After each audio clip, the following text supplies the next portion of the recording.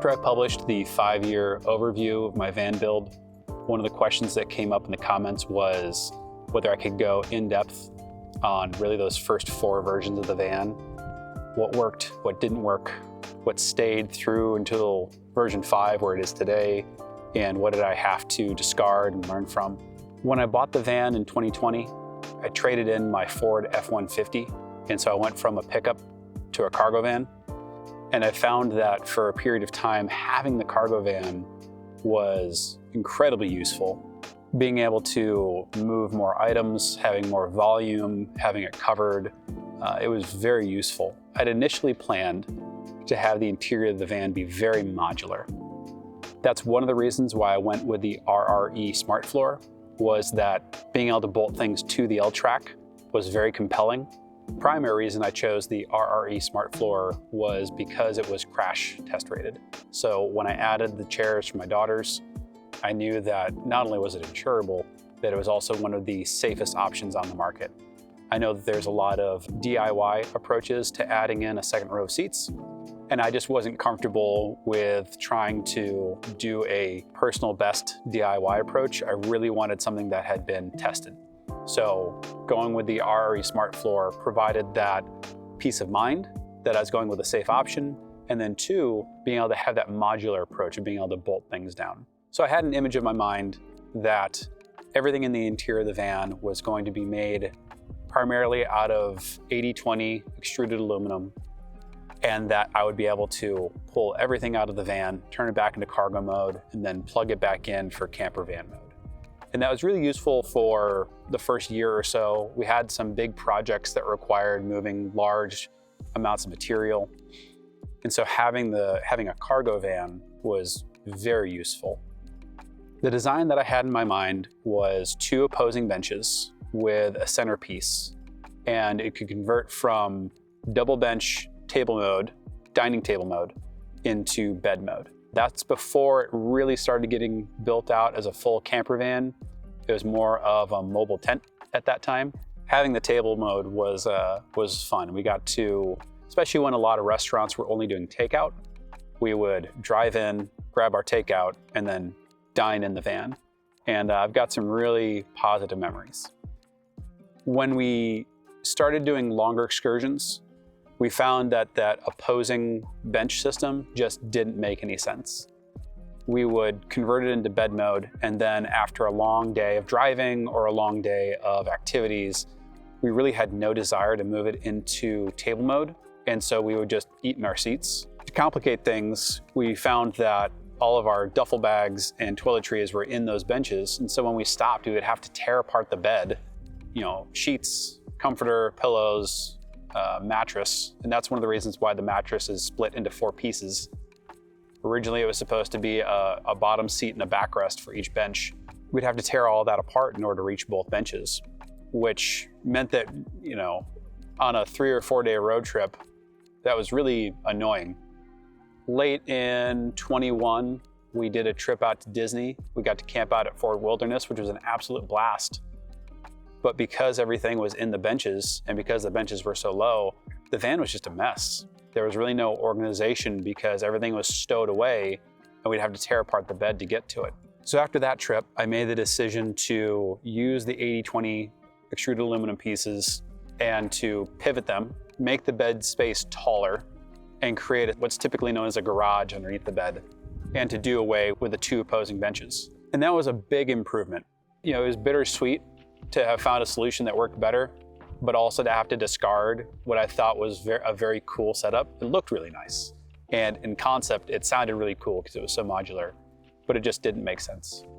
We started packing everything into totes. So whereas before everything was kind of loose in duffel bags, now things started going into physical totes. And so there was a little bit more organization, but it was still very hard to access things when we were underway.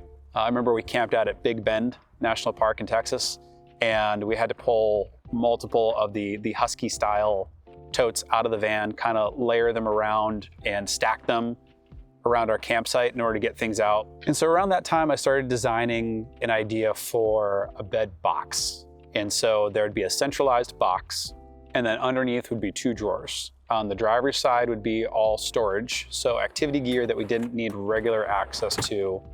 And then on the passenger side would be a full kitchen that would pull out, that we could use without having to move to a picnic table, without having to set up independently from the van. And that carried forward through version 3, 4, and now where we are 5. One of the big pivots going from the 80/20 to the bed box was discarding using 80/20 extruded aluminum.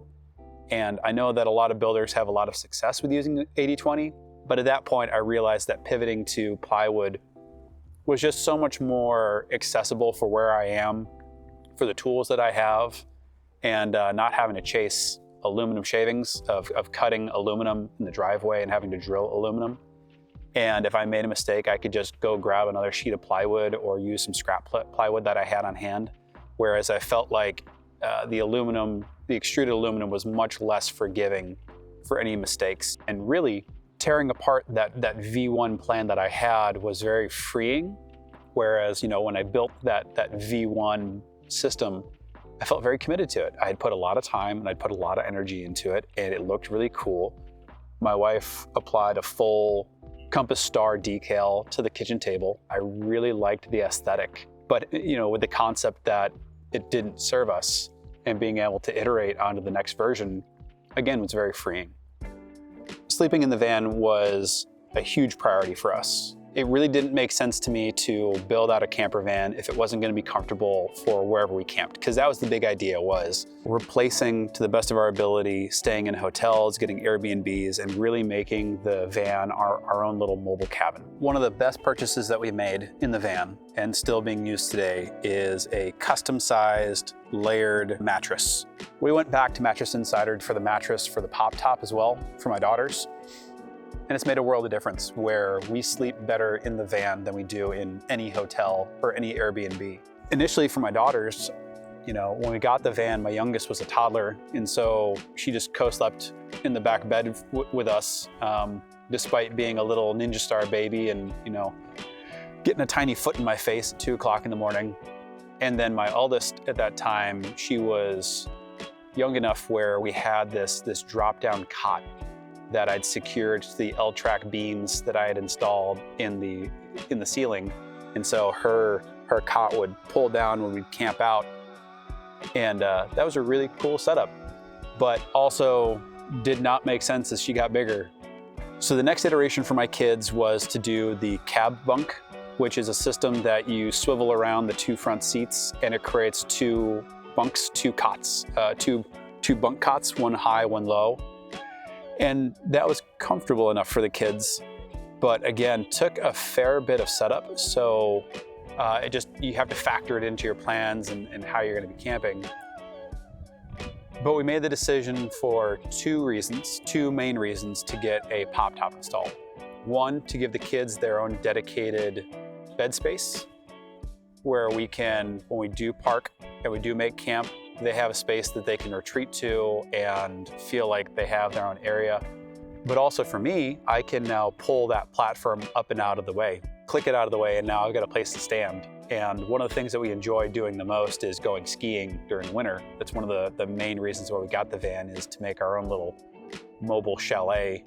And it was very difficult for me to get my ski gear on and off, having to crouch underneath the low roof. And I love having the low roof. The low roof makes it so easy to go through drive-throughs, some parking garages. It's so much more nimble, so much more agile than doing a high roof, long wheelbase. Adding the pop top is all I need.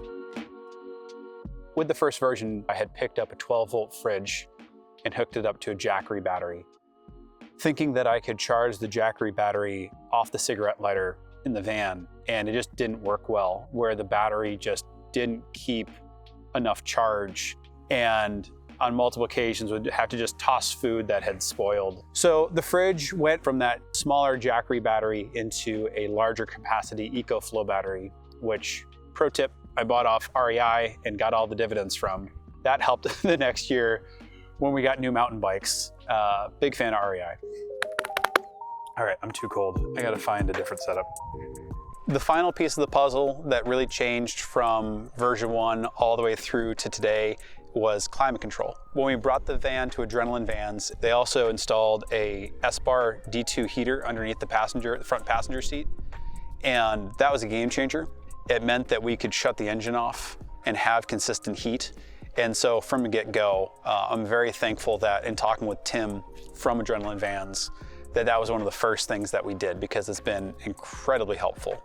But this started life out again as a cargo van with a partition. The in-dash AC system is really only effective for cooling this, the front two seats. The back of the van would just get so warm just driving around town, let alone trying to camp out overnight. So I realized early on that I really had to get some form of AC going. AC for around town and also AC for camping out at night, because a large chunk of camping in Texas was just closed off to us.